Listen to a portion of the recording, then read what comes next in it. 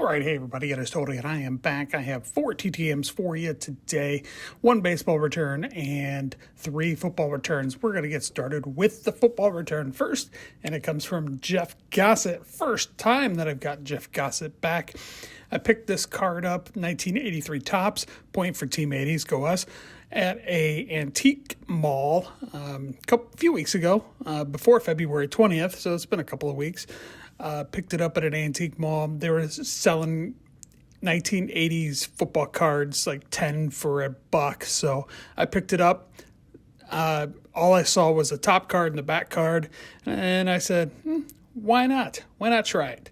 So I tried it, and out of the pack, 5 signed and 5 did not. So this is one of the first ones that I got back out of that pack, and it was Jeff Gossett. Very happy to get him back. And by the way, if you don't know what EIU means, it means Eastern Illinois, and it seems to be a now FCS football factory.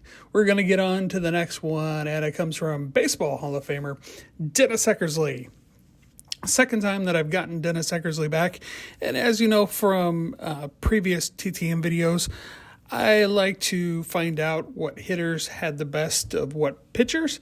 So this time I looked to see what hitter Dennis Eckersley had the best of the Hall of Famers. I mean, there are a few guys that were HOFer in their lifetime against Dennis Eckersley, and Griffey Jr. was the first guy who was a Hall of Famer that had a terrible batting average against Eck. And Griffey Jr., as you see, was 1 for 11 in his lifetime.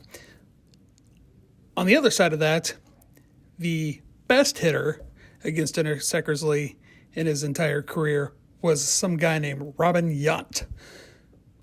I said Yount. Robin Yount. Woo! I'm screwing things up here. And we're just going to move on to the next one. And it comes from Notre Dame legend George Coons.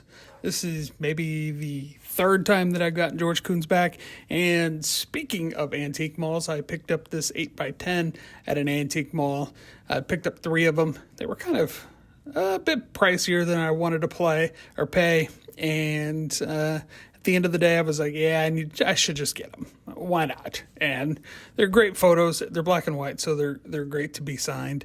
And always happy to get a guy who maybe, possibly, could be one day in the Pro Football Hall of Fame, and we'll see. And more importantly, he's free. I've never seen George Coons personalized before, but I guess on 8x10s, because it's an upper echelon item to get signed. He personalized, no big deal. I don't care if he personalizes. Very happy to get George Coons back once again. Speaking of maybe 1B, should be Hall of Famer. It's Dennis Smith. Wow, I'm having a day. Good thing it's Thursday, right? So it's Dennis Smith. Should be one day be a Pro Football Hall of Famer if Michael Myers has his way. Never had a pick 6 in his career, but did have plenty of interceptions, and he did play for the University of Spoiled Children. Maybe that's why it's holding him back, because, USC people should not be in the Pro Football Hall of Fame. Says every Notre Dame fan. Very happy to get Dennis Smith back, and this is another one of those cards that I picked up at the antique mall, the same as the Jeff Gossett, in the same pack. So, hey, 2 of the 5 are back so far, and I think another one should be back today, according to Informed Delivery. You'll have to see who that was on Monday. So, until then, have a great weekend, everybody, and I will be back then. Bye-bye.